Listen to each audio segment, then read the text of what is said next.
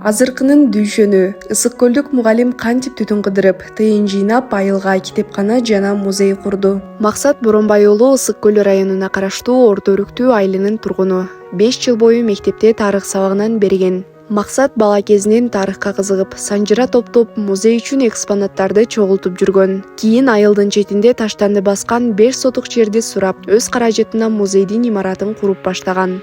Айыл элинен каражат жыйнап, ашар жолу менен имаратты 5 жылдын ичинде куруп бүтүргөн. Алгач айыл тургундары анын демилгесин дароо кабыл алган эмес, ал эми музей курууга уруксат алуу үчүн көп чуркаган. Бирок бардык кыйынчылыктарга чыдап, музей акыры ишке кирген. Эми айыл жашоочулары сыймыктануу менен келген конокторго музейди көрсөтүшөт. Музейде Ысык көл районунун аймагында табылган археологиялык табылгалар, тарыхый кол жазмалар, 200 жыл мурун басылып чыккан Куран китептер орун алган.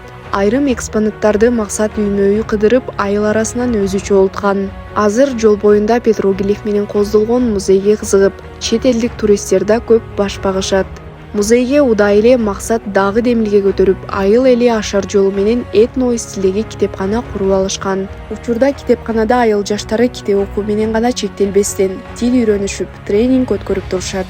Максат быйыл 15 жыл бою чогулткан айыл санжырасын китеп кылып басып чыгарган. Ал учурда жеке иштери менен алек. Сиз дагы өз ийгилигиңиз менен бөлүшкүңүз келсе, бизге кайрылыңыз.